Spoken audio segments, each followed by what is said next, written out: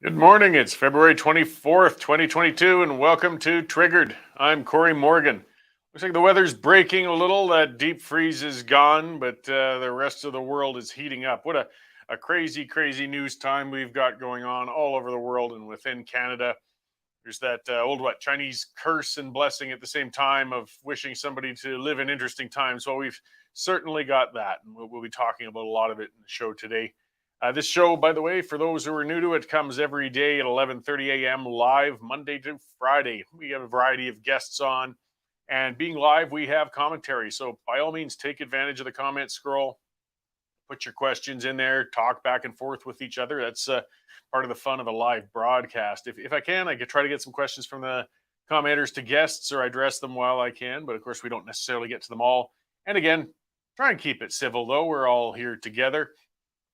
My first guest today is going to be Marco Navarro-Genie. He's a political scientist, and we are going to talk about the mess in Ottawa, the political situation, the Emergency Act. It's on again. It's off again. It's going to make it through the Senate. Jagmeet's an ally. Jagmeet's a putt. It's not looking good for him. So we're going to have some good discussion going on there. Western Standard columnist Dave Makichuk is going to come on. He talks and writes about our international issues in depth quite a bit. He's a very experienced journalist, and he's been talking to some of his colleagues or former colleagues in ABC and other broadcasters about, of course, the situation with Russia invading Ukraine right now. Just madness going on in Europe.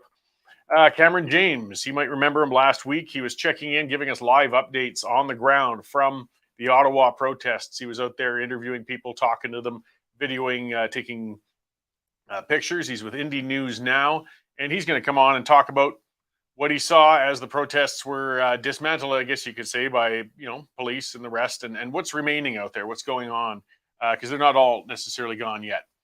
So before I get there, and much to Wildrow's chagrin, I'm going to talk about our sponsor just to run things off here, because these are how we pay our bills. We are an independent media outlet, and we rely on advertising and, of course, memberships to pay our bills. That way, though, we can report freely. So Bitcoin Well, these guys have been a fantastic sponsor for us.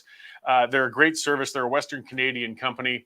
If you're looking to get into digital currencies, and you know what, more people than ever are looking to get into digital currencies right now, these guys offer a great service to help you in there, educate you on what it's about, get you set up your wallet, explain the whole process to you, directly to you. And you always hang on to your Bitcoin. It's never out of your control, out of your hands, because that's what people worry about. And we always want to make sure your money is safe. Check them out. These guys, they'll get you into the Bitcoin world. I'll talk a little more about what they offer later. And bitcoinwell.com. Hey there, Gloria from New Brunswick. Great to see people all the way out on the other end of the country listening to us. I know we stay focused on a lot of Western issues, but we do look right across the whole country. So let's talk about news and how it's just so packed right now. We're experiencing a news overload.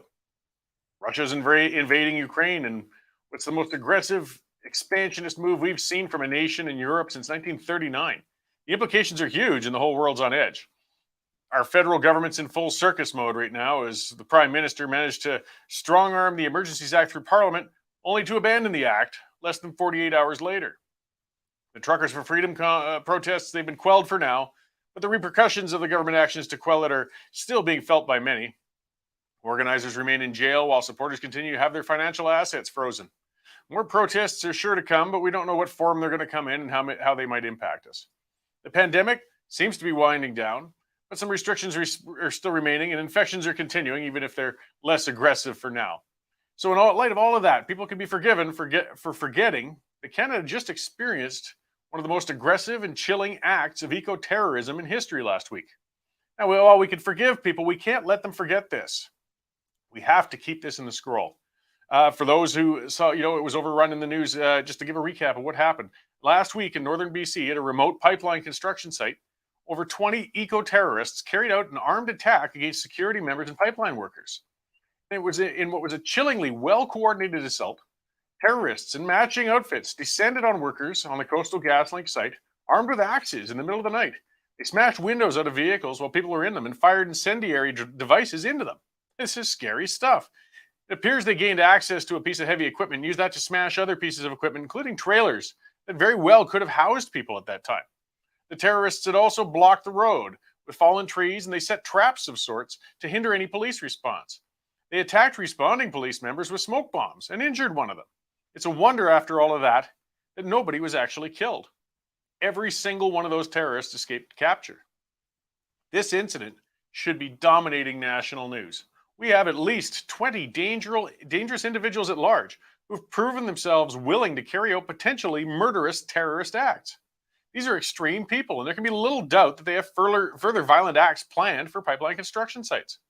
The RCMP have been virtually silent on this incident, likely because they're still tied up with hundreds of officers trying to come home from their actions in Ottawa. That the timing of the attack on the CGL site coincided with the police actions in Canada's capital is likely not a coincidence. These terrorists knew police resources would be limited. Has there been a task force set up to capture and charge these terrorists? Are large numbers of police officers descending upon and settling into locations along the pipeline route in order to keep the workers safe until these terrorists have been apprehended? Have any known environmental extremists been taken in for questioning? I mean, one only needs to look at a guest list from any Extinction Rebellion gathering to find some. These are the activists that David Suzuki addressed on the day when he was speculating about pipelines being blown up. While Canada used every power at its disposal to shut down peaceful protests in Ottawa, it continues to treat eco-terrorists with kid gloves. Extremists in the eco movement are feeling emboldened, and why shouldn't they? They rarely face charges with their illegal actions, much less convictions. They're going to continue to push the limits, and no legal authority appears to be willing to draw a line in the sand with them. I'm certain that police forces are actively trying to track down and arrest these terrorists. Are they getting the resources they need? Do they have political support? We need politicians standing and demanding action on these terrorists as vociferously as they did with the Ottawa protesters and their bouncy castles. So far, all we've heard were the usual short statements condemning violence and nothing more. The issue hasn't vanished. It's only going to get more acute, and ignoring it is not going to make it go away. It's hard to keep track of everything as the world appears intent upon descending into a form of madness. But we still have to look at all issues and prioritize our attention and responses to them. If the budding eco-terrorist campaign in northern BC continues to fly under the radar, we're going to see somebody killed soon. It won't be a matter of if, it's going to be a matter of when. And the authorities can't pretend that they didn't see it coming. That's what's got me triggered today. Now, let's go on to that busy newsroom. We're going to check in with Melanie Risdon there and see what they're working on. There's just so much to keep up with over there. Hey, Mel, how you doing? Good. How are you? Oh, pretty good. Triggered as usual, but that's the name of the show, and that's what I'm all about. So you guys, I know, have been scrambling. I was in there just before I came over to do the show here. What stories are topping the list for you right now? Well, of course, yeah, we've been very busy this morning with the invasion of Russia into Ukraine. We have been following that extensively, and we've got statements from some leaders throughout Canada. We've got statements from Trudeau, Kenny, Michelle Rempel-Gardner, MP, or even Calgary's mayor has chimed in on their condemnation for what is happening over in Ukraine right now. So we've got that up on the site there. And of course, we will be following it very closely throughout the day, and we'll have any breaking news or updates out very, very quickly. We also have up on the site the launch of the very first Canadian-made COVID-19 vaccine that was approved by Health Canada and will be brought into circulation in Canada. So we've got information on that new vaccine. A couple of great columns to check out. We've got a column up from our columnist Linda Slobodian. She is taking aim at Trudeau. Of course, for everything that sort of happened with the Emergencies Act, bringing it in, bringing it out within 2 days of it being voted in. And she talks about how Trudeau is showing his cowardice. So you can check that one out. We also have a column from our Mike Thomas. He's taking aim at Calgary's mayor, Jyoti Gondek. And this is with regard to her comments just as ACERT was starting to investigate a police shooting that left a man dead. Now, there were a lot of circumstances happening. It looked as though the man was going to attack police. He had already attacked and stabbed one of the police officers' canine officers. So yeah, the column from Mike is basically calling out Gondek, saying she really has no place to question police action that led to this shooting, especially before anything's even been thoroughly investigated for that. And we've got our reporter Eva. She has a story coming up where she's spoken to some people, some immigrants here living in Calgary or in Canada. I think it's Calgary, but they have families still in Ukraine. So she's getting some sort of firsthand comments and discussion with some immigrants with what they are seeing and what their family is dealing with back in Ukraine right now. And we've got some other stories that we're going to have coming up here very quickly. Minimum wage is going up in uh, Canada, Alberta. For workers on April 1st, it's going up to $16 per hour. Well, that's And just to yeah, correct, that's a federal thing going on, though. That's yes, not Alberta. thank you. Federal Okay, workers. we don't want to get our businesses Yes, worked up worrying that they may have yes, to we certainly change don't. all of a Thank sudden. you. Okay. Yes. And then we have a petition coming up from the Canadian Taxpayer Federation to get people to sign and look to defund the CBC. Well, I'm looking forward to defunding the CBC. One of these days, that institution has to be dried up. I mean, if it's that good, viewers would follow up and they'd be fine without taking our tax dollars, you would think. Yeah, So, that's right.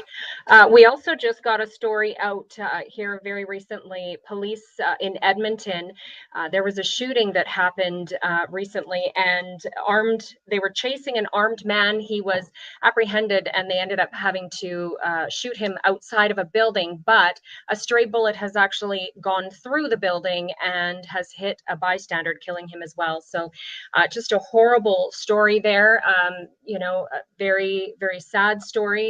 Just a 1 in a million chance that something like this could happen, and we have those details up on the site now as well. yeah, no, it's been tragic. I followed that story. I saw Amber posted that, our Edmonton correspondent, and she's, of course, very busy with the budget. We're going to have that coming out today, and she'll be posting updates and news on that, I imagine. Yes, she will. She will have information on the budget coming up this afternoon. Excellent. Well, I'll let you get back to digging through all of that news. Melanie, thank you very much for checking in with us today. Anytime. Great. So that's our Melanie Risden. And I'll just remind everybody, you go to the westernstandardonline.com to get these news items as they break, as we post them. And if you don't have a membership yet, take one out, subscribe. It's $10 a month. You get 2 weeks free. You can try it out. You can give it a trial. And if you use actually a promo code for Triggered, you can get a discount on that as well.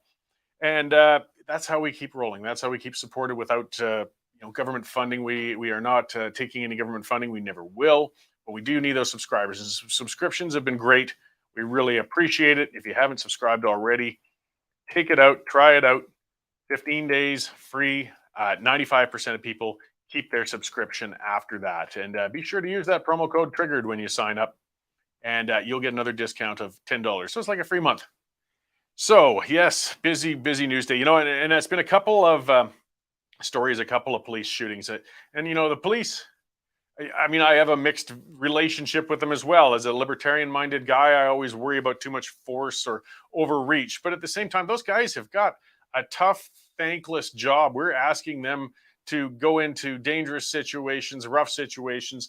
They're not respected. They're often, spit on, assaulted, and they get into no-win circumstances. We saw that tragedy in Calgary with that poor man. It sounds like he had mental health issues and things like that going on, and he ended up shot. The problem is people jump to conclusions, as we saw with Jody Gondek. And you got to remember, she's a big defund the police supporter. That's her big thing. She wanted, defunding them isn't going to make them any better. Okay, there's room to improve the police, but taking away their funding isn't the way to do it. I mean, do we want to increase training for cases when we have people who have mental health challenges? Absolutely. Do we want to give more resources? But defunding them, that makes it worse. That makes them underfunded, going into dangerous situations, perhaps undertrained, things like that. But our mayor is an ideologue, and she jumped on this when the facts haven't come in yet. And it's just wrong. It's just wrong. I mean, there should be some examination and introspection. Maybe police should have done something different. We'll find out over time. But to have the mayor jump in and start stirring around with that is terribly irresponsible when we don't have the facts in. And the same with Edmonton. I mean, this sounds awful. It sounds like a bystander was shot inadvertently, and as well as the offender. The police typically do not want to shoot and kill people. That's not what they're out to do. But when left with no choice with an armed person, that's the outcome sometimes. I see a question from Tisha Snave asking if there's protection that the government won't freeze Bitcoin. as far as I could tell, and that's what we were talking about before with digital currencies, the governments are coming after our banks. You got to remember they're going after the banks because they're federally regulated, and that's how they can force the banks to cooperate with them. But the banks have no knowledge or access to digital currencies that you may own. Now, if you take those currencies out and convert them and put them into a bank account, they could become vulnerable. But these digital currency places, and there was a great tweet, and I can't remember the name of that digital currency one in particular, but they basically came out and said, we don't know, we don't track that. It's non-custodial. We're just the intermediary. We help people buy it. Once they have it, we couldn't share information with the government even if we wanted to. It's not ours to share. So your digital currencies should be safe. Just be careful to not let them get into some of the central banks, I guess, and that's where your hard-earned money could go at risk. So I'm going to speak quickly to one more sponsor, and it won't be a digital coin one for a change. And then I'm going to get on to our first guest with Marco Navarro-Genie. And that's the Canada Shooting Sports Association. Our regular listeners are used to hearing me talk about these guys, and they're a great group. If you own firearms, if you want to own firearms, the name says it all. They're an association. They have resources to help you. They have videos for safe usage of firearms, whether you want to be a target shooter or a collector or a hunter. It's up to you. The other thing these guys do is they work to lobby and stand up for your right to continue to own and use and they just have firearms in general as a legal responsible person, because that's constantly under threat. The federal government is constantly changing the terms on what's a legal firearm and what's not, and they're stealing your property. Oh yeah, they'll compensate you, but when they take it from you by force, that's still theft. I don't care if they give you a few bucks afterwards. These guys are standing up for you. Go out there, take out a membership. They're supporting a number of legal challenges against the government on those actions, and they need your help, of course. Like, we got to push back, and you take out a membership with these guys. It helps them out. It's CSSA-CILA.org. And look at what they've got for resources. They're an excellent organization, and they need you to get on board with them. So, Canada Shooting Sports Association. Okay, so let's bring our first guest in. We've got a lot of political babbling to get on with, and that's Marco Navarro-Genie. Let's pull him into the feed. Hey, Marco, how you doing? I am doing great. How are you? Oh, very good. We seem to have lost him for a moment. We had a bit of an echo there. I think he's just got to fix up a technical thing. So Marco's been, he's written columns for the Western Standard, and he has them in other areas. If you search him out, he's a political scientist and very outspoken on political issues in general. Of course, we've got a lot to cover right now. And what happened in Ottawa? Why did Trudeau create such a hill to die on with the Emergencies Act, only to back off and repeal his own legislation within less than 48 hours later? We don't know, and hopefully we can talk about it pretty soon. And I'm sure he's just reconnecting at this time. So these are some of the challenges of a live show. Helps me try to learn how to babble on my feet. So just to recap for that, there we go again. I think we've got him now. So let's pull him in. Hey, is that a little better for you, Marco? Oh, yes, that's way better. I must have clicked on something. That was totally my bad. I apologize about that. Oh, it's quite all right. These technical things, as we get a little grayer, it gets a little tougher for us. But you're coming in loud and clear now. Excellent. Good to be here.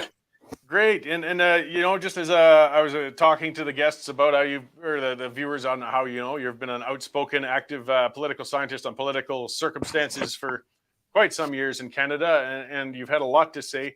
And something we really need to break down is what the hell happened? What had gone on in this last 5 days where we went from suddenly having to turn the whole country upside down to ram this Emergencies Act through Parliament, only to find out that apparently we don't need it 48 hours later.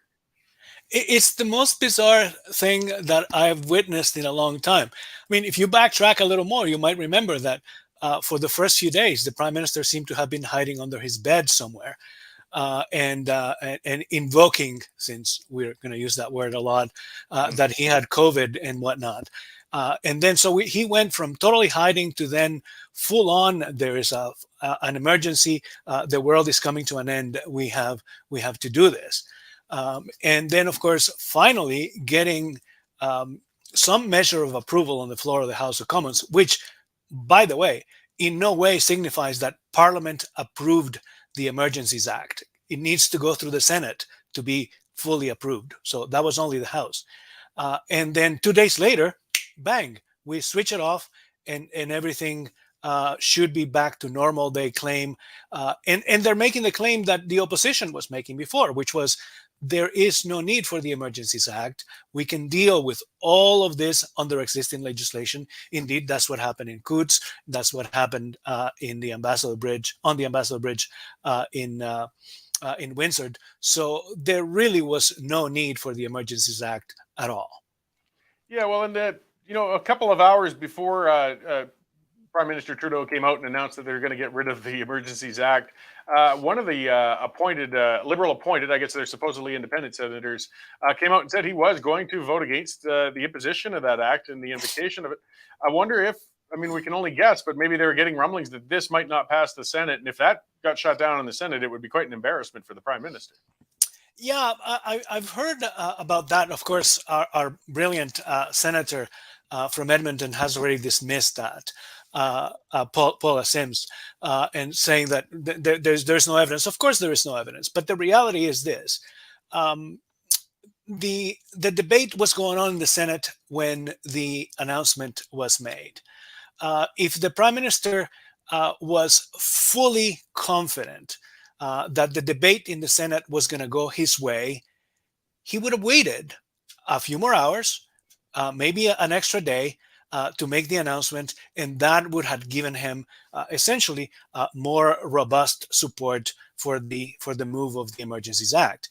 But the fact that they did not wait and could not wait, and as soon as the senator from Newfoundland was done, an independent senator speaking on behalf of the government, that is so bizarre as well, got up and said that they were withdrawing the motion. So there may be some truth to the rumor that the Prime Minister was afraid of losing the vote in the Senate, which essentially means that a lot of these decisions that were made out of the PMO during this crisis were made out of fear and not necessarily out of reasoned analysis. Yeah, they're always reactionary rather than planned. And this was clearly not planned. I mean, as you said, Liberal appointed senators, at least, were in the midst of preparing their speeches. They were getting ready to talk, and this rug got pulled out from them. They did not see this coming. I can't believe that the Prime Minister's office thought that morning that that's what they were going to do.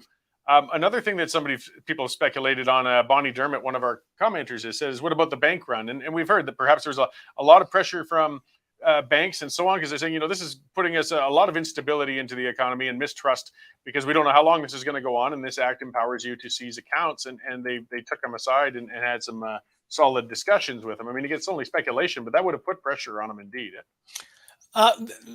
There is some truth to it. I mean, sort of informally, we all have friends who were saying, I'm going to go to the bank and get my money out.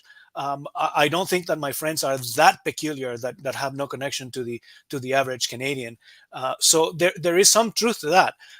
The other part, of course, is, and I think I tweeted about this, a few days earlier, that this whole thing brought together 4 institutions, private and public, who keep losing legitimacy and the trust of Canadians. You think about that: the government, the police, the banks, and the media, all wrapped up into this Emergencies Act and the peddling of it.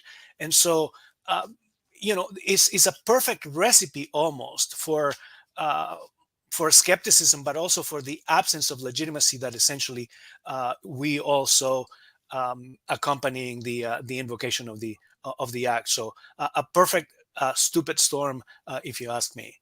Yeah, well, and unfortunately, stupidity is not in short supply in Ottawa quite often, which I guess adds to mistrust when people realize that those people, the amount of influence they have upon our lives.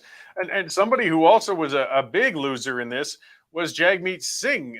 He was, as they were speaking, doing a media tour across the country. He was on a local radio station here, and he was all over explaining why it was so important that he, go against the Civil Liberties Association and other progressive organizations and support Trudeau in this Emergencies Act. And then all of a sudden, he's hanging out there on his own because Justin just said, no, we actually don't need that. There's so many wrong things that intersect here with Jagmeet Singh that we could talk about it. We could have a whole show about it.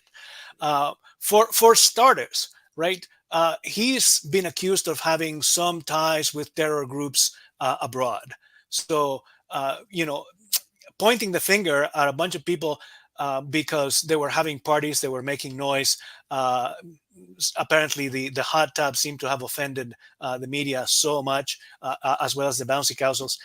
It seems incongruent, but also this is the NDP leader, the leader of the Labour Party of the country. If somebody should take the side of the average Canadian worker, should have been the NDP. And of course, there is a connection here back to the last time we had war measures, because the man who literally strangled Pierre Laporte with his own hands was an FLQ terrorist, eventually went on to become an NDP car-carrying member and was nominated to run as a candidate in Quebec. So Singh and his connection to this goes sideways in so many ways. In the end, as you point out, he's kind of the patsy in all this. The prime minister roped him in to help him pass the legislation, and then dropped him like a potato. I mean, the prime minister should be embarrassed about this, but Singh is probably one of the biggest losers. Yeah, I mean, as an individual, his own base, I'm sure many of them, his own members of parliament held their nose and voted for that legislation on the guidance of Singh, and his own members, I'm sure, were squeamish and uncomfortable. And now to have sacrificed that much principle for a less than 48-hour imposition of that policy, they just look the fools. That has to hurt their entire caucus at this point. I mean, he's been sort of weak in leading the NDP anyways. I wonder if his leadership might not be at risk at this point. Well, there hasn't been a weaker NDP leader since probably Audrey McLaughlin. And that's, going back ways when you and I were in high school, probably. Yeah. So, we have to trek back that far. I think, his leadership has been precarious for a long time. He was a pretty effective member of the Ontario legislature, but I think we have a case of a small fish in a big pond here. And over there, he was a big fish in a small pond. He has been completely ineffective. And let's not forget that the NDP is an integrated party, provincial and federal. So what he does at the federal level also hurts the brand at the provincial level in places where the NDP is either a contender or in office. Yeah, I mean, by extension, this actually hurts Rachel Notley. As the Emergencies Act in general in Alberta wasn't popular, and a lot of people don't realize it, but you can't buy a membership with the provincial NDP and not be a member of the federal. It is all one party, and you can't avoid that association. So that makes it very direct with the actions of the federal arm of it on the provincial leadership. Yeah, you can't run away from it. So I suspect that Madam Notley is not going to want to talk about this. And if somebody brings it up, I would expect her to run in the opposite direction. Something I was kind of confused with, I got to admit, and I'm a political weenie, but parliamentary procedure when it comes to a confidence vote. I mean, the government pointedly kept refusing to say whether it was going to be a confidence vote or not a confidence vote, even when asked just before the vote. Though Liberal members implied that they were told it was going to be a confidence vote. I mean, how does that work? Does the Prime Minister have to declare it at that time, or can he retroactively say, oh, that was a confidence vote? I don't quite understand how that worked. I think in the established tradition, all matters related to taxation are automatically confidence. But the Prime Minister in certain circumstances can declare certain votes so crucial to be matters of confidence. It's a way of threatening people, basically. And Jean Chrétien was probably, in recent memory, the most effective prime minister at doing this. He'd come up and say, do you want to go and face another election? And he'd line them up and right behind them and vote the way he wanted them. But to answer your question more directly, no, it cannot be done retroactively. It needs to be stated right before the vote. The fact that they left it until nearly minutes before the vote was taken tells you that there are some serious tensions inside that party. And the Prime Minister did not at all look comfortable or good, as good as he normally looks, making the announcement that he was rescinding the Emergencies Act. So there is trouble in paradise. Well, there's definitely some cracks from within. I mean, we were seeing some outspoken members of parliament coming up and speaking about the prime minister's actions and policies even before the Emergencies Act thing came around. And, the Liberals usually run a pretty tight political ship. They keep their dissension inside. No, we Conservatives, it seems, as soon as we're ticked off, an MLA or an MP is out there in the media and tearing at their own leader. But when the Liberals do it, that's usually, in my view, a sign of a tip of an iceberg. That means there's something much bigger going on behind those closed doors. Yeah, people have been making all sorts of comments about the fidgeting of the deputy prime minister. That was weird. And it's not just once, but now twice or three times. And some people have said all kinds of things, that she's on drugs or whatever. Because I mean, people who are on coke are kind of behave that way. I'm not saying that she is, by the way, and I'm not trying to start the rumor. No. But it's clearly a sign of some discomfort in what the prime minister is saying, right? And I'm no psychologist, but there is evidence of that sort of behavior when people are struggling with the facts and inside their own conscience, and I suspect that is perhaps a vestige of that. Yeah, I mean, it really was. For those who, the viewers who didn't see that with the press conferences, two of them, and both times you put Freeland right behind Trudeau because you're showing your senior members, but she was fidgeting and brushing with her hair and scratching and I usually, as an oil field guy from the 90s, I did encounter cocaine once or twice. Thankfully, that's not something I ever got into in the long run or anything like that, but I've seen that behavior. And again, I wouldn't accuse her of that, but that's what the look was. That's of somebody strung right up, whether it's nervous tension or too much coffee for all we know. But boy, that was bizarre to watch her in such a serious conference to be like that. And the pressures that she must be under, right? I mean, let's face it, there was a crisis in the national capital, a crisis which they were having significant trouble, and the potential for violence and I mean, the media, the regular media always talked about the potential for violence as though it was going to come from the truckers. But the reality is the potential for violence was greater, as we essentially saw on camera, on the side of the police. Those are weighty issues. Let's not forget that the deputy prime minister also has Ukrainian roots. And given what is going on in Ukraine, she must also be under significant pressures at the personal and also at the government level there. Yeah, to be fair to Freeland, that very much could have been concerns about other things. So we don't know what inspired her to be so wound up, but it is something. And another aspect you kind of touched upon was their narrative was kind of falling apart with the big fight they had with the New York Times, because the Times had reported that people were arrested at gunpoint. And the establishment media came out, and Gerald Butts came out, and they were calling the Times reporters liars and getting in their face. And then it came out showing pictures. Well, here we are. People were arrested at gunpoint. So not only did it show that gross relationship between the legacy media and the prime minister's office, because they were practically parroting his talking points for him, but they were wrong. And, this is just the beginning of the crumbling of the whole thing. They're starting to look bad in hindsight on this. Yeah, well, I mean, when you're a Canadian Liberal and the New York Times picks up as well was that the New York Times said that civil liberties were no longer guaranteed, and the Liberals jumped up and down and said, according to the legislation, the Emergencies Act is supposed to respect the Charter of Rights. Supposed to, but no matter how much they say it, the reality is different. Seizing people's bank accounts without due process is not contemplating or respecting people's rights. Not to mention that, by the way, in the last 2 years since the COVID regime began, the Charter of Rights went out the window without much ado. No government, or very few governments, if any, in Canada have been respecting the Charter of Rights in the last 2 years.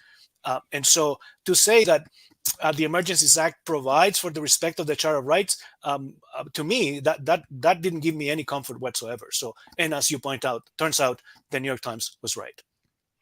Yes, and I mean, the whole point of imposing the Emergencies Act is so you can suspend civil rights, if only for a temporary period in an emergency. So there's no getting around that definition of that's what they were going after. Well, thank you very much for joining me today to just discuss and shed a little more light on what's just such a bizarre event going on in Parliament during such crazy times.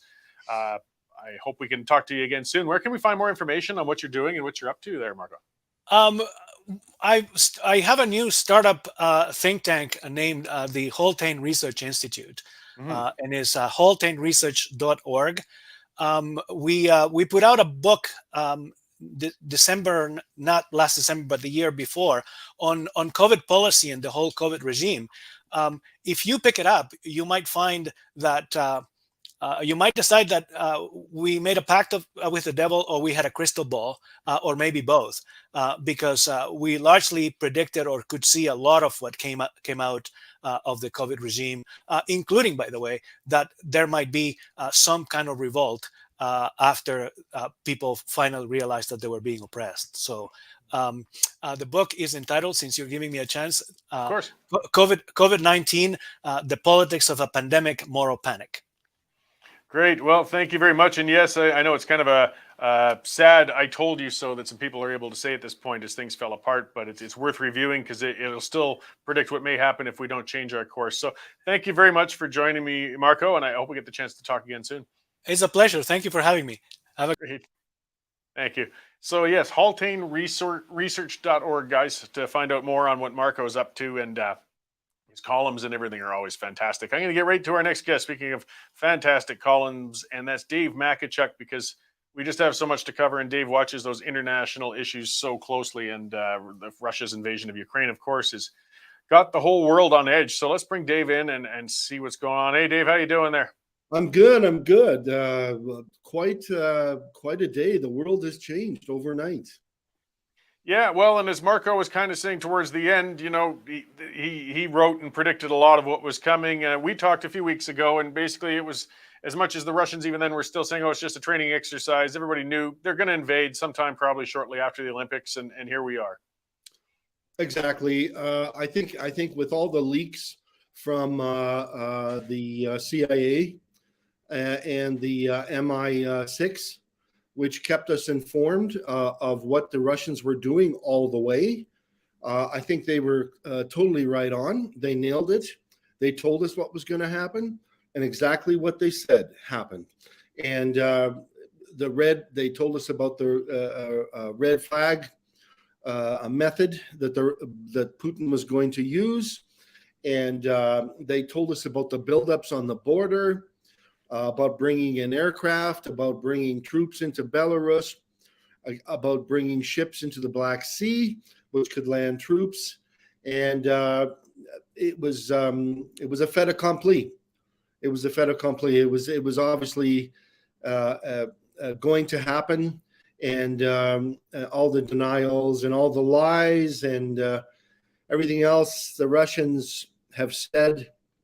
Really, there was no reason, absolutely no reason, to attack a peaceful country, which meant Russia no harm.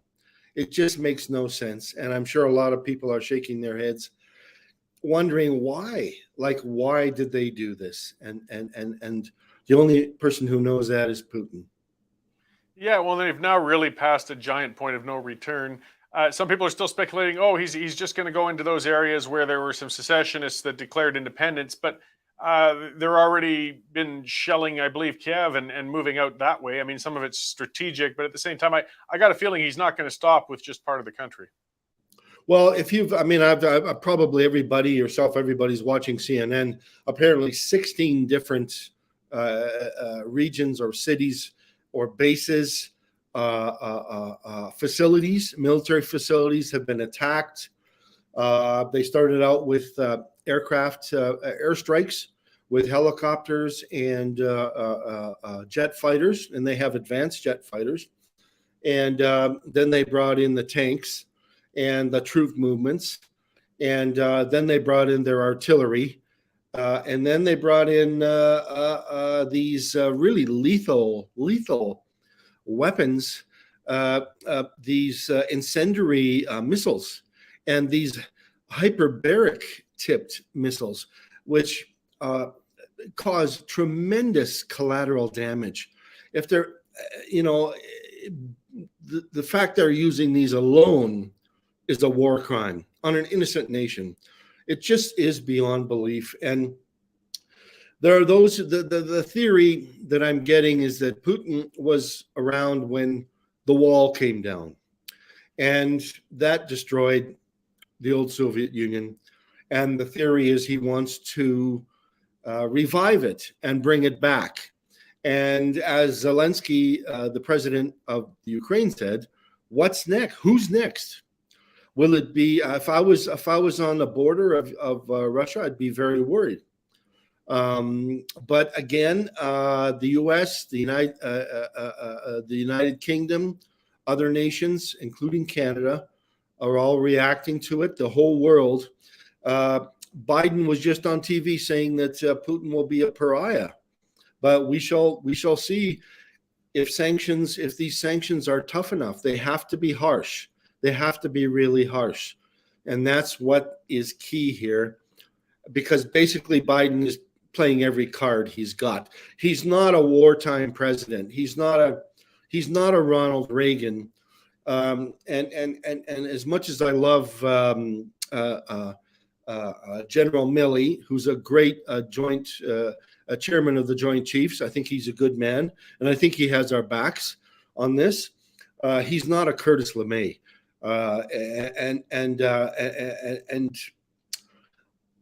and also times have changed.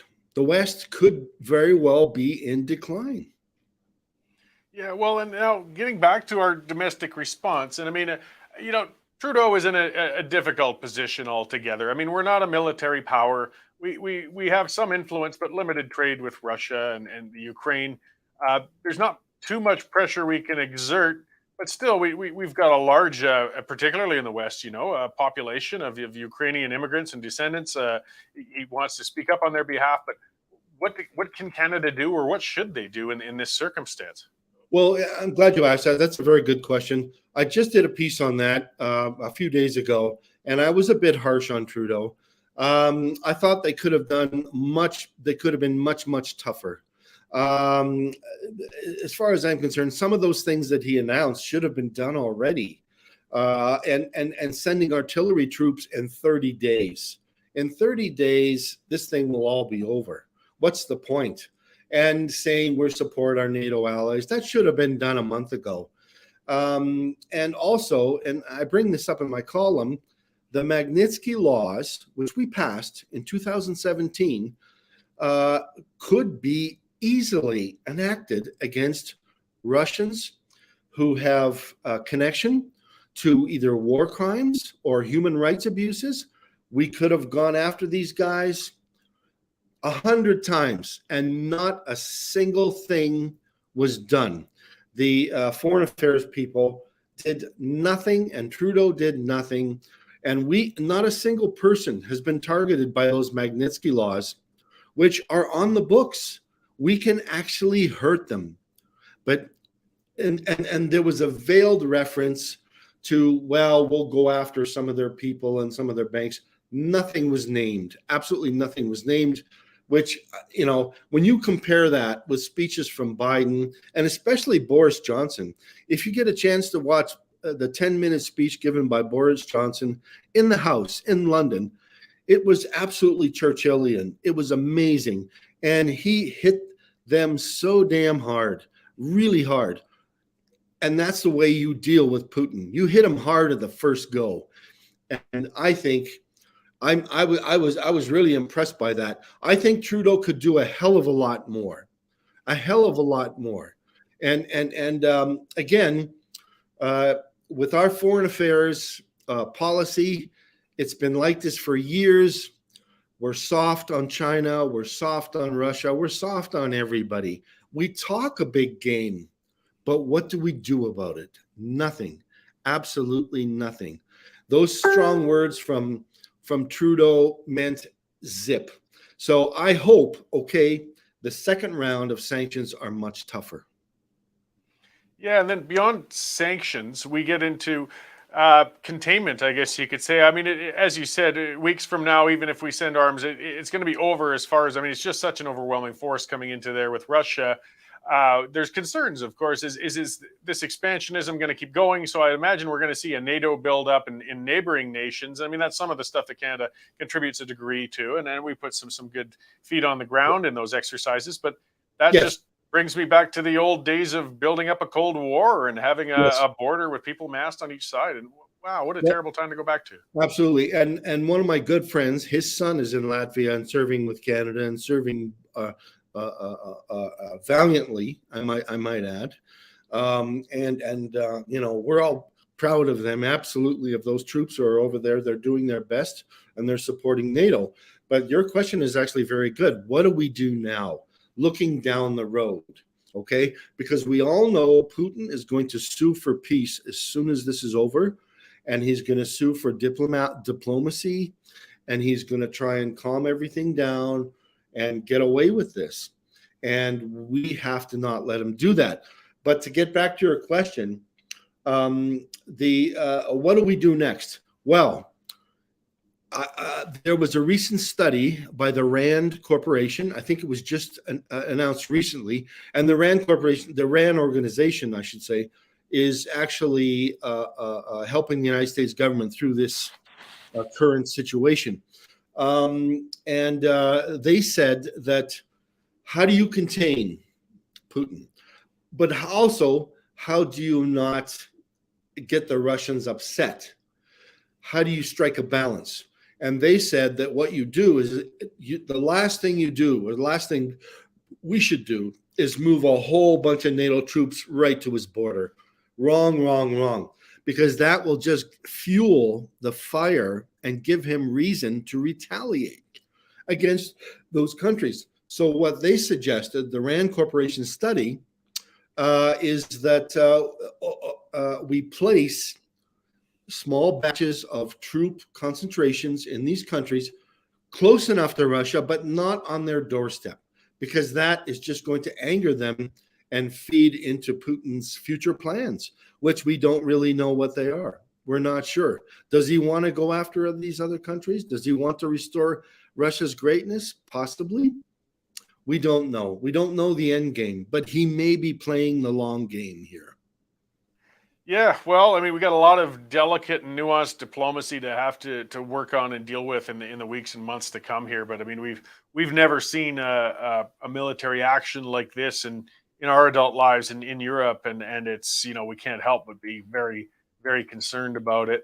So we'll have you back on Monday. We'll have a much better idea, I guess, on how this goes. Hopefully, as far as invasions go, it can be. I mean, it being pretty much inevitable that Putin's going to take as much of Ukraine as he chooses to at this time. I just hope it's with the least amount of bloodshed, possible in such an awful circumstance. Me too. I know there are pockets of resistance and there's fierce fighting reported. I don't think we know a hell of a lot. I just know what I'm hearing on Twitter, or seeing on Twitter and hearing on CNN and so forth. Pitched battles. But I think that eventually they'll just be overwhelmed.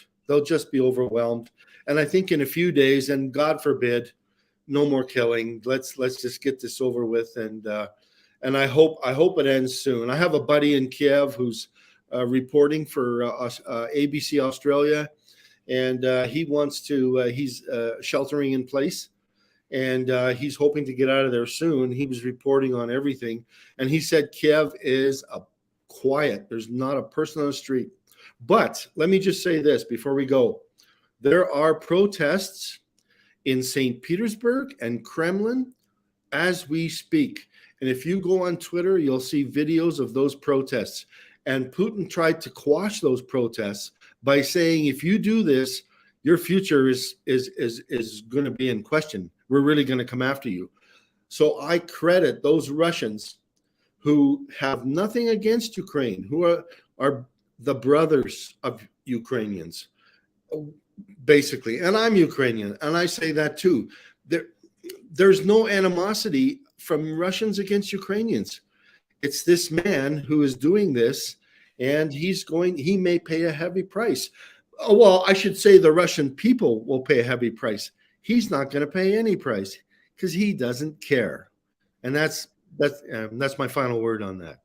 You bet. And yeah, no, that's another interesting element. We just wouldn't have time to go into it, but we'll see how, I mean, resistance within Russia goes on this, because no, not everybody is favorable about this whole idea on the part of Putin, and he's going to have to answer to them to some point. And Russian politics are never an easy or straightforward thing. So thank you very much, and we'll be watching it over the next few days, and I'll talk to you again soon, Dave. Okay, thanks, Cory. Take care now. Okay, thanks. And Doug, did the Western Standard go left-wing extreme now? Where the hell's that coming from? Because we're reporting on an invasion of Ukraine? God, I fear to think how far right we must have to be for your comfort, Doug. Either way, sorry my narrative doesn't match what you'd like to see, but that is part of an opinion show, and not all of our guests are always going to gel with an individual wants to see.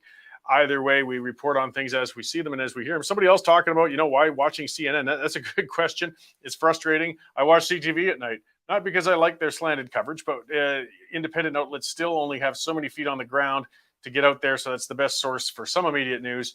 And we get everything else we can directly from other reporters, which I'm going to do right away here, actually.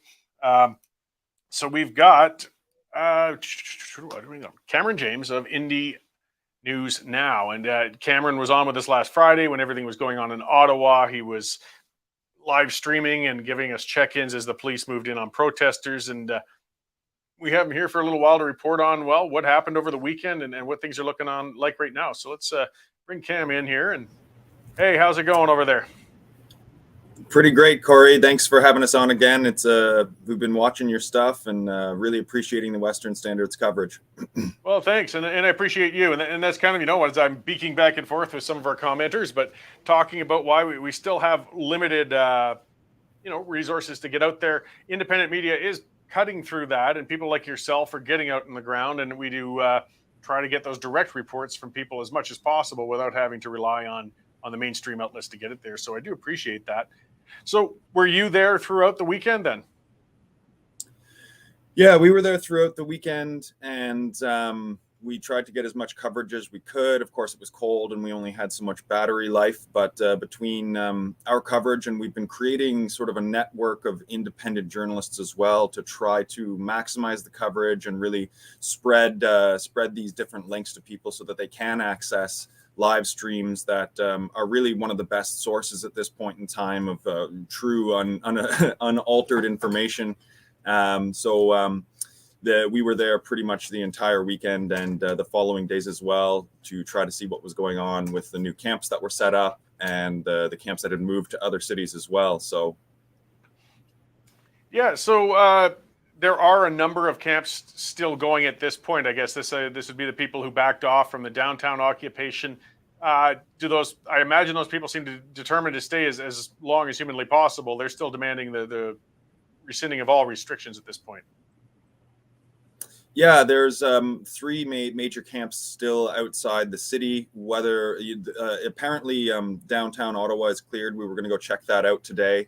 There probably will be protests in Ottawa, although from what we're hearing, it seems like the major protests will be in the other big cities, Montreal, Toronto, Calgary, Winnipeg, Vancouver. So we've got a couple connections to people who are in these different places, and we're going to try to get up a multi-stream on the weekend because, they say it's a fringe minority that's there.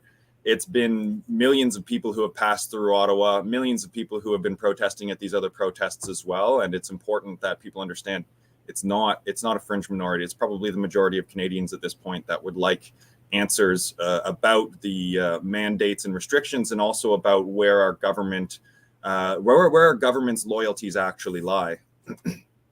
Yeah, and we've, that's something we report on a lot around here is the political play. And I had a political scientist on earlier talking about it. So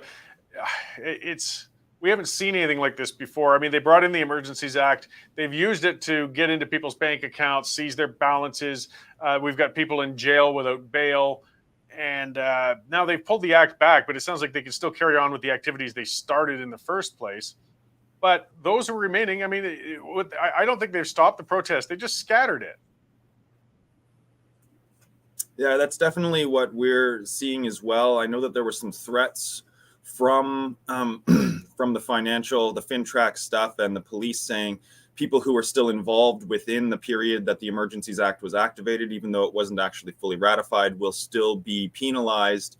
So they were threatening that. And the other thing is that the FinTrack beefing that was pushed through under the Emergencies Act, this amendment to the crime, money laundering, and financial anti-terrorism Act, that amendment went through under the Emergencies Act without actually being ratified. So there's a number of legal challenges coming through there, of course, through Alberta, the Canadian Civil Liberties Association, and the Constitution for the Center for the CCF as well. So they're all coming through with some challenges as well.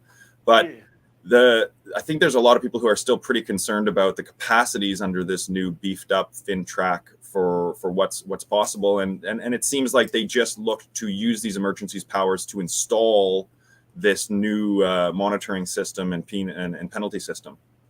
Well, yeah, it was pretty interesting that.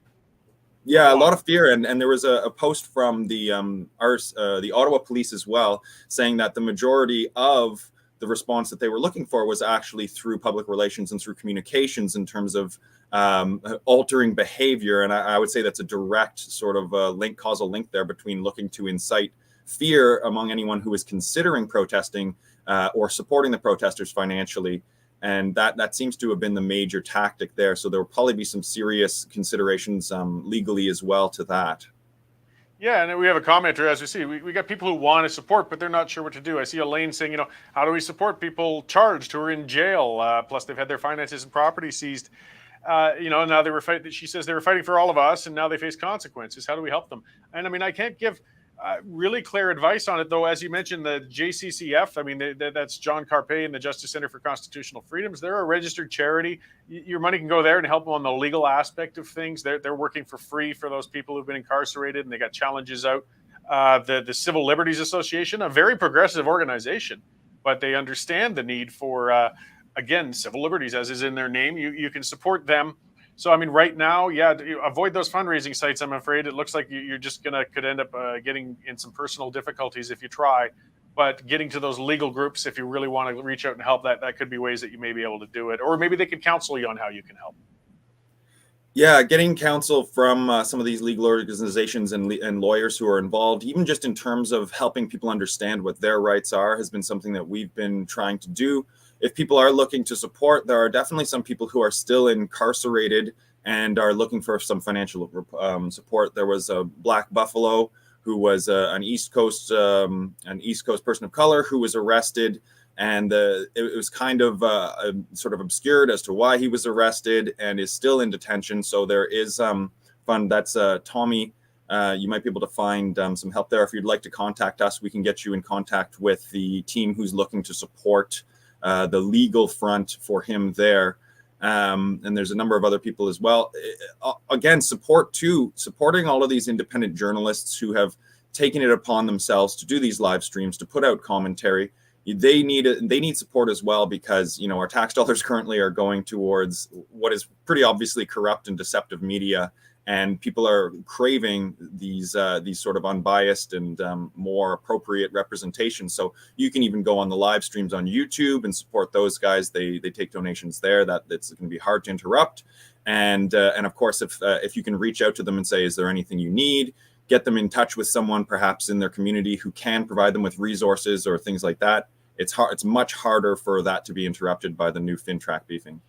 Yeah, it's one of those things. We got more access to information than we've ever had before, yet at the same time, we're getting more misinformation and pressure than we've ever seen before. I mean, it's kind of incumbent on us to try and cut through the BS and see things directly, which again is why I loved it so much when you were on the ground last Friday with a camera at the protests in person. And, I'm here to watch and critique. If protesters had been violent or aggressive or assaulting officers, we would have reported on that just as quickly as seeing officers pressing on them. But I need to see an unvarnished picture before I can form an opinion. And we haven't been getting a lot of that.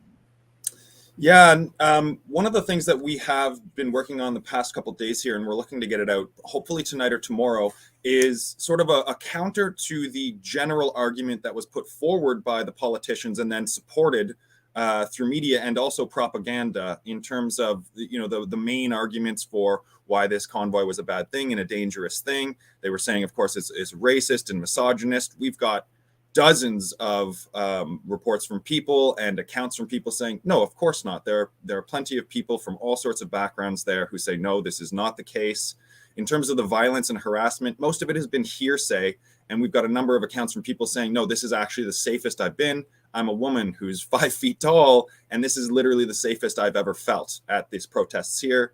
The siege occupation sort of rhetoric, it definitely looks, and we've got a whole lot of footage that makes it look a lot more like a festival. And say if you had have booked off Wellington Street for a festival, it would have looked exactly like what this protest was. They say it was inaccessible for people and business owners. However, the truckers made sure to coordinate with police to make sure all of the routes of access were there for emergency vehicles and also so that everyone could get into the businesses. They said the businesses were inaccessible. However, they sent out propagandized messages through unions, through the school board, through various other entities to fearmonger the people of Ottawa and make them think that it was unsafe to go downtown, which was obviously not true. And we've got footage of some of the businesses that were open and they were jam-packed with people who were ready to be purchasing for them.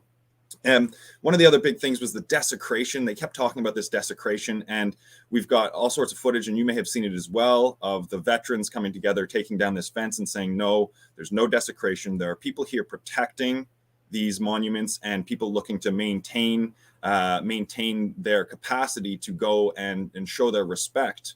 And and then of course they kept saying, oh, the kids, they're using kids as human shields. And we return back to this concept of, no, it's a festival. People want their kids to be present in what was a very loving and compassionate setting wherein there was a lot of fun activities for them to participate in. And you could see joy on all of their faces and definitely no fear, even up to the actual police activity. Remember, in the middle, right in front of Capitol Hill, Wellington and Metcalfe, that was still going on as a dance party and a party. Of course, at that time, the kids had been leaving, but it was still very high spirits in that place as the police were coming in with the tear gas and the automatic weapons and things like that and breaking into vehicles to arrest people. So that video we hopefully will have out within today or tomorrow, just as a pure refutation of this propagandized rhetoric to legitimize and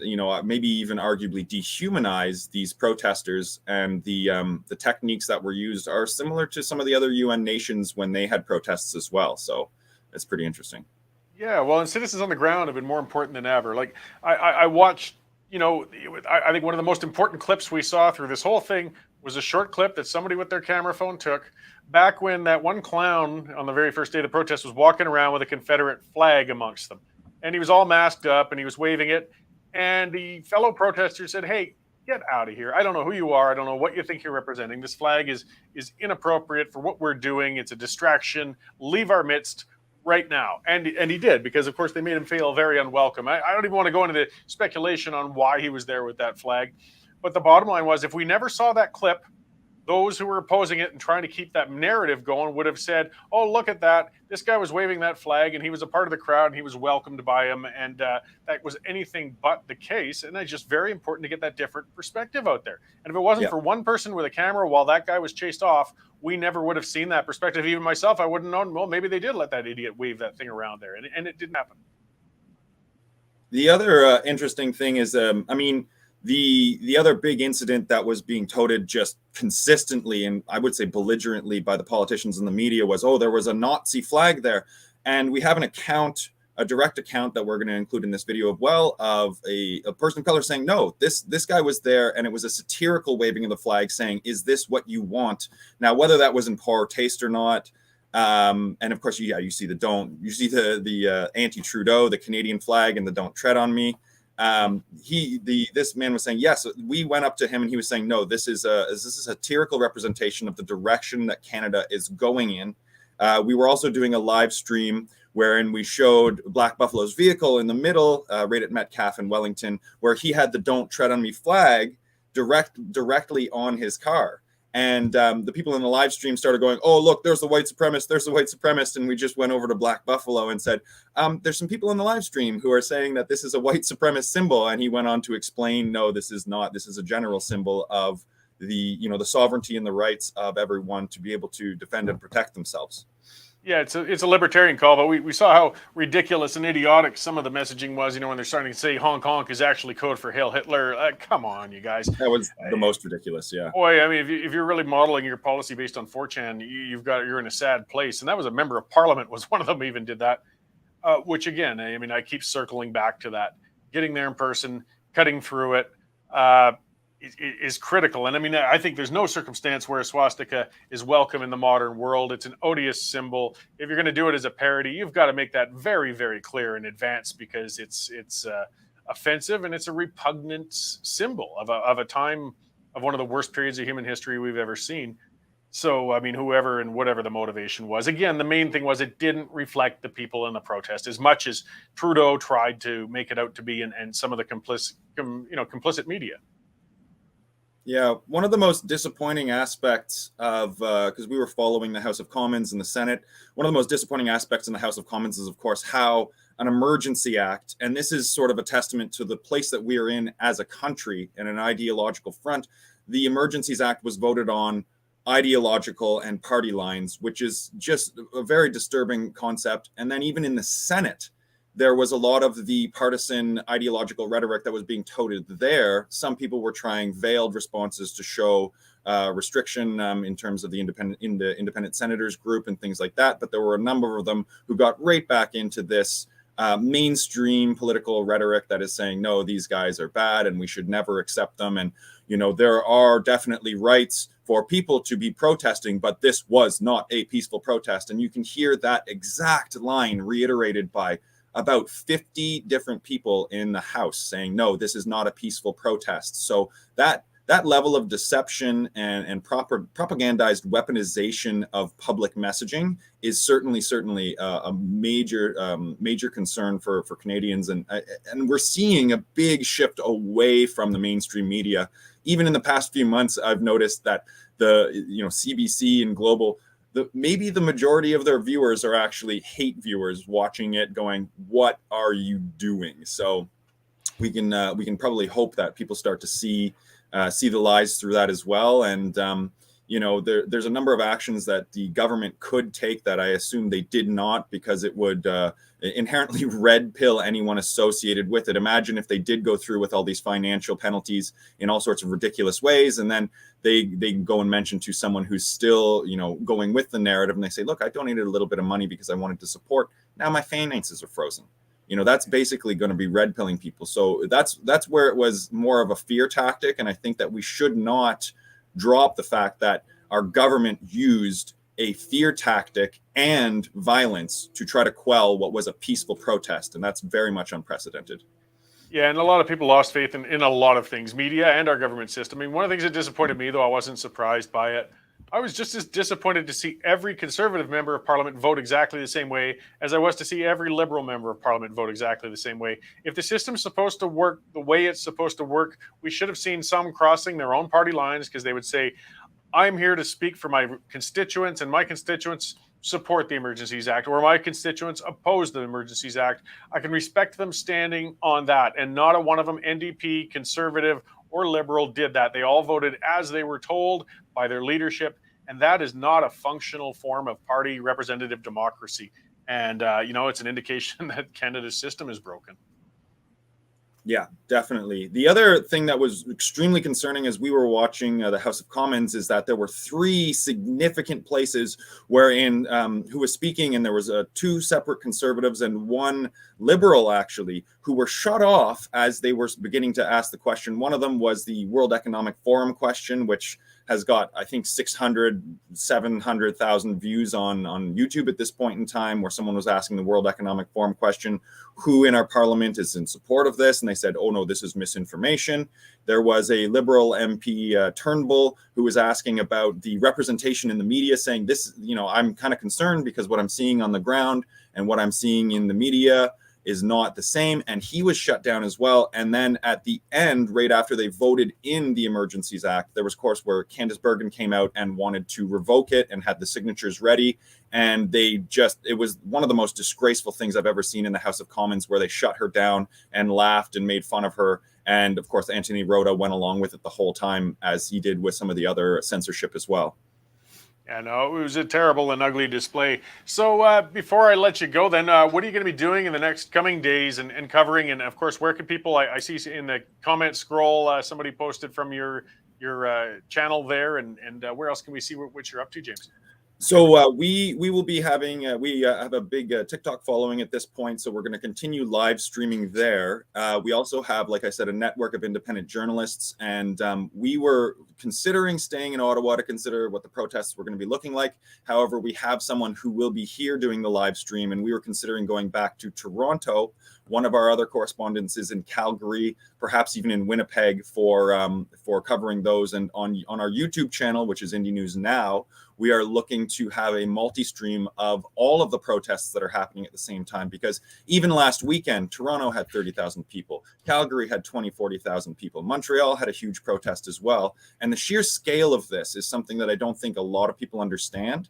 The Ottawa was like a mecca for 3 weeks. And every day we were encountering new people who said, this is my first time here.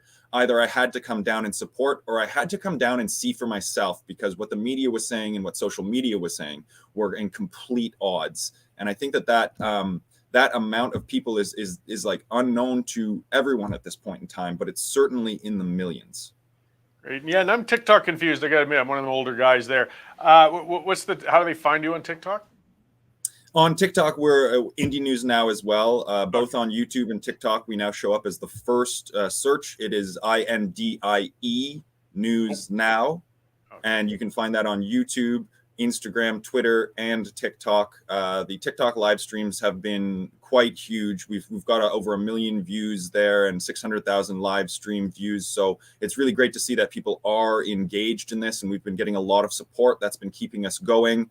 We're also starting to talk about the Russia-Ukraine issue as well, and there seems to be support there. So we're looking to broaden our scope while still focusing on this issue that I think is at the forefront of everyone's mind and should not leave the forefront of everyone's mind in terms of the progression of these protests, and also the legal response to the Emergencies Act and the current state of our government. So we will be covering that and trying to get as many live streams as possible up on the YouTube and on our TikTok. Excellent. Well, thank you again for joining us, Cameron. It was good. I hope we can do it again sometime soon. And yeah, I recommend people get out there and check out that Indy News Now. That I am faulted with that. I spelled it wrong. So maybe when you're searching for it, Indy, INDIE, not with the Y as I did, News Now. Thanks again, and we'll talk again soon. Yeah, thank you so much, Cory. We'll be following your work as well, and we'll be in touch. Right on. So yeah, that's something we do like to do here whenever we can, is cut through and get directly to people who have been there in person. Something, I wrote a column on the other day, and we streamed, as Cameron pointed out, there's these huge protests have been happening all over, and the mainstream media really isn't paying much attention to them. And we're talking tens of thousands of people getting out. And we streamed it. If you look at the YouTube channel with the Western Standard, you'll find it there. We actually set up with a tripod and streamed the thousands and thousands of peaceful, upbeat protesters walking by us downtown in Calgary. Again, whether you support them or you don't support them, whatever, but it's undeniable. There's a heck of a lot of them out there, and this shouldn't be ignored. It's very important.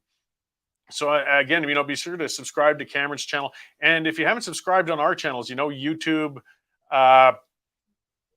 Rumble, of course, Rumble and Facebook, where we do a heck of a lot of streaming. Subscribe and get on there so you see these updates, because when things break, we bring them on. And it looks like Janine says she saw us there. Oh, good. We saw a lot of great people there when we came out to the protest. Like, when we can, we get out and get on the ground. We don't just want to regurgitate what the mainstream feeds you. If that's the case, you can just turn on CBC. And no, we report our own news. We have a great newsroom. And again, as Nico has brought it up there, westernstandardonline.com/membership. Take it out so you can get beyond the paywall and see all the stuff we put up. again, you won't always agree with every column we write or every columnist that's out there, but we've got a lot of columnists, and you'll find some that you like their views on as well. And it's a lot of good content, some very experienced and smart people putting things up there, not just the sort of stuff that I keep spitting out when I'm triggered. And so some of these other news items that popped up, poutine. I noticed. So he brought that up in the thing. Yeah, Jagmeet Singh, again, who just really embarrassed himself with this whole thing over the Emergencies Act and all that. He has been silent for a couple of days, and then all of a sudden, the one tweet he put out was in French, and it was something condemning Putin's move, in his invasion of Ukraine right now. But I guess he probably let the French autocorrect or autofill take care of it, and he actually called him Vladimir Putin, which was pretty laughable. Good for a good chuckle and joke. But again, it shows the depth of these are our leaders, and they're tweeting things out ostensibly to the international world to look at, and that hardly shows as somebody with in-depth views on things. And yeah, my own Twitter account there is Cory B. Morgan. That's where we can get a lot of more unrestrained back and forth. I tend to speak my mind on Twitter. I tend to speak it here as well, but I can be a little more abrasive there. If you want to email me, guest ideas, comments, tell me I'm great, tell me I'm a moron, that's fine. Send it to cmorgan@westernstandardonline.com. We need that feedback. This is how we're developing this. I mean, this show is coming along great. We're moving into a bigger studio soon. Nico's putting out a fantastic project. It's, again, thanks to you guys subscribing and our sponsors. And this is how we can cut through things. I want to mention again, we touched quickly on that, with the misinformation, with some of these reporters that all circled the wagons when the New York Times dared to report people were arrested by gunpoint. And then, Gerald Butts and others jumping all over it and saying, this didn't happen, you're lying, it's fake news. The pictures came up. It showed it. It really did happen. The New York Times, a very liberal publication, very liberal. They were right. Was there apologies? Of course not. In fact, that it was Canada Land who reported on that as well with the pictures, but Gerald Butts, Trudeau's little buddy there, called it clickbait for them putting up the one that's correcting him. Don't click on this. Why? Because it's going to cut your narrative, because you guys were lying. The mainstream media, I think Justin Ling was one that was jumping up on there, and a bunch of CBC reporters and the rest all saying there was no armed gunpoint arrests at the protests. They sure didn't apologize later when it turned out there absolutely was. And listening to establishment media parroting the government line like that is very disturbing. Very, very disturbing. Some people got upset when I tweeted that out on a tweet. I think I mentioned that yesterday too, but I went to the Soviet Union back in '87. I toured around. I got to see what was still called Leningrad and Moscow and a number of places. And of course, Pravda, that was it. What propaganda is the word I'm losing, Pravda, which is Russian for truth, was their main thing. That was their CBC. And I said, that when somebody was saying, I've never seen the CBC in Canada so clearly directly parrot the government line as it has been. And I retweeted it and said, I have. I saw that when I was in Russia in 1987, and it's true. And that's what the CBC is degraded into. I mean, it was once had some good investigative journalism. It always had a left lane, but we just don't need it anymore. You don't need a state-funded broadcaster. We've got all sorts of alternatives. Even the people in the deep north. I spent 4 years working in Nunavut. They got satellite television. We don't need these broadcasts up there. We don't need the tax dollars going into it. We certainly don't need it as a trumpet for the government. And that's what the CBC's turned into. So thank you all for helping us develop this alternative media and getting it going. And also with our sponsors. I'm going to talk one more time about Bitcoin. Well, again, it keeps coming up and people are wondering about that and wondering about whether the government can seize your wallet or take things or do stuff like that. And as per that tweet with the other one I was talking about, when he was speaking, the other digital currency company was saying, no, we don't even have access. We don't know what the person does. See, the Bitcoin Well is the intermediary. They're going to help you get involved with, but they never handle your money. The government never handles your money. They'll set up your wallet. They'll show you how to buy Bitcoin. They've even got actually ATMs throughout the West. If you go to their site, you'll see there's ATMs where you can deposit into your Bitcoin account wherever you like. And they've partnered with Power ED with Athabasca University. They got a free online curriculum about Bitcoin. Like, you can learn about it. And they call it Bitcoin Academy. But your money is in your own wallet. You hang on to it. It's in your control. And these guys will help walk you through. Janine saying, is Bitcoin Well new? No, I think they've been around for a few years now. They've been sponsoring us for some time. And, digital currencies might not be for everybody. Who knows? But what is good with these guys is they help walk you through it. Their site is for people who aren't too sure, and they really help educate you on it. And they're not there to hang on to your money; they're just there to be the middle person and facilitate your purchase and investment in it. So check them out, bitcoinwell.com. They are a fantastic sponsor for us, and we appreciate them. Now, tomorrow, what have I got coming up here? I'm scrolling. Yeah, yes, a financial planner, Mike Sidhu, to talk about the implications of inflation. I know it's finance stuff. That can sound a little dry, but it is very important as well. Actually, I'm going to have 10 minutes with Finance Minister Travis Toews, the Alberta Finance Minister, and they are putting the provincial budget down today. So I will be able to speak to him tomorrow morning and question him on the budget. As well, Franco Terrazzano on the federal spending scene. He's with the Canadian Taxpayers Federation. So, I mean, we can call it Financial Friday even. But hey, we all got to pay our bills. The finances are very important to all of us. We work hard for our money. And oh, Wild Rose, get over it. You know what? If you don't like Bitcoin, don't buy it. Hey, free choice. It's not that complicated. Don't get upset. They're sponsoring us. Hey, if you want to buy bigger ad space, whoever you are behind Wild Rose, send me an email. You can outbid bitcoinwell.com, and we won't talk about them every time. But for now, they're paying our bills, and we do appreciate them, and we think it's a good service. Either way, that's enough sniping back and forth at you guys. Like I said, a good lineup. It's going to be interesting getting that exclusive from the finance minister like that tomorrow and seeing where we're going. Looks like Alberta might be going into a balanced budget. So lots to cover, and we'll be keeping at it. So thank you for tuning in. I'll see you all tomorrow morning at 11:30 sharp.